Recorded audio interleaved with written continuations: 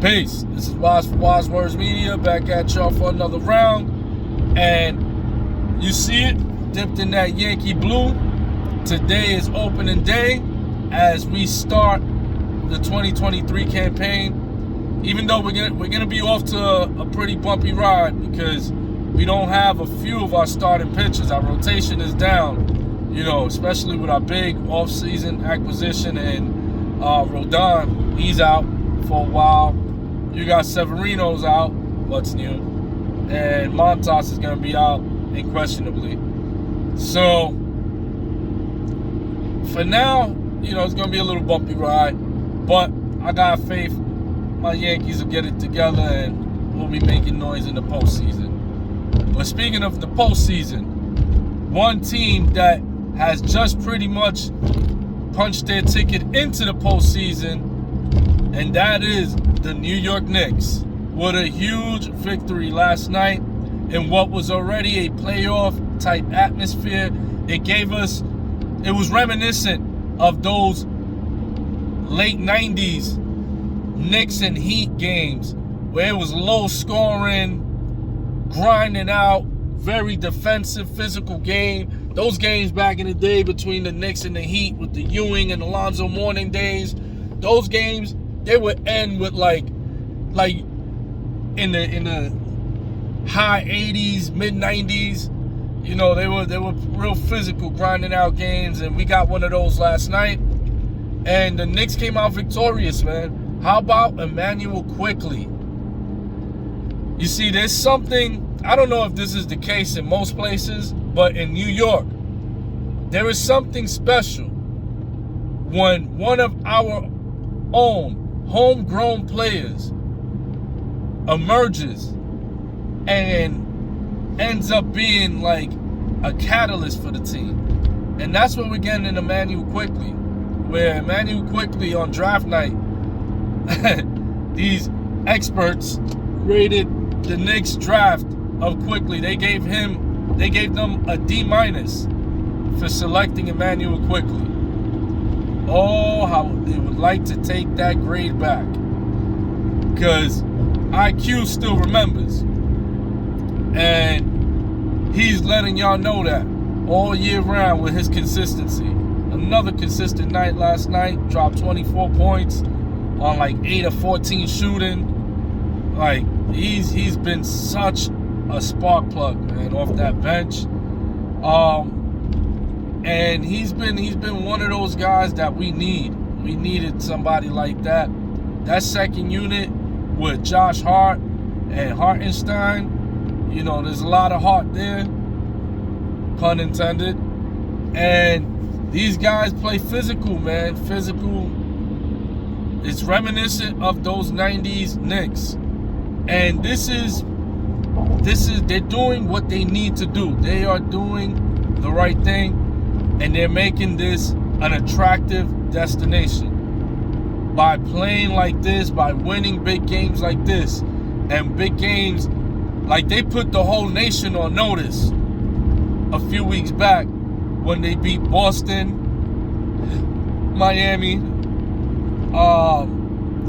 and they beat Boston previously that week. But the big one was to end the week. On Sunday night, prime time, Knicks Celtics in Boston, and they beat them. That right there put the Knicks on national notice, and when things like that happen, that's when you add to the allure. When you win games like you won last night, hard physical game, Miami and the Knicks have been picking up their rivalry as of late again. So when you win these type of grinded out games that have like a playoff type atmosphere, when you win these type of games, all it does is just promote your team, and it makes it that much more of an attractive destination. And that's where the Knicks are at, Like Knicks fans, I know, tend to get excited. We're not officially back yet, because again, like you will hear me say a million times on this page, this is the only league where the superstars rule. This is a stars league. So until you get a star or two, you're not officially back yet. But what we are doing is we're back in the right direction, and that is by making this an attractive destination. And look at the Jets, for example. You could take the Jets, another local team. The drafts that Joe Douglas have put together and all the young talent. You know what it is for a team to have an offensive rookie of the year and a defensive rookie of the year? That's rare. The Jets did that. So by doing that, you are making it an attractive destination. Look at now. Aaron Rodgers going to his personal platform, the Pat McAfee show, to announce he wants to play for the Jets. Ezekiel Elliott narrowing down his selection to like the Eagles and the Jets. Like now people want to come here. Why? Because they made it an attractive destination. That's how you get it done. By winning those primetime games or going on full display, you know, when you're up against another superstar like the Jets did when they played Aaron Rodgers. That was one of the best things that could have happened for the Jets franchise, was letting Aaron Rodgers firsthand see, oh shoot, this team is good. Not only defensively, but you see what that Garrett Wilson is doing. You see what that Breece Hall. Like these guys, okay, I can see myself sticking in green, but in a different location. So the Knicks, just like the Jets, have made it an attractive destination where now the big names want to come there based on the foundation they laid. The Knicks are doing the same exact thing with wins like this. And Jalen Brunson has become one of the biggest names in the sport today, in the NBA today, because when you get it done in New York, your popularity rises. It skyrockets. And now Dallas is looking like they made a mistake just letting him walk out the door. Not only that, but Dallas, with this whole Kyrie Irving debacle that's happening, and it's a little unfair to put it all on Kyrie, so I take that back. It's not the Kyrie debacle. But their downslide lately is, you know, we're not going to put that on Kyrie. That's for another video, because Luka Doncic is one of the laziest players in the NBA, but false media is not going to let you know that. But anyway, with their continuous losing, if they close out the season losing on this pace, the Knicks, on top of this season that they had, could wind up with like somewhere around the 11th draft pick. The 11th overall pick in the draft. If they continue in this, oh man. So yes, the destination called the New York Knicks is looking a lot brighter due to guys like Jalen Brunson, due to guys like Emmanuel Quickley. You know, like these guys have been laying such a great foundation at the point guard position. People want to play with guys like that. And, you know, RJ Barrett is young. He's only 22. He's not even in his prime yet. He's only 22. And the guy's averaging 20 points a game.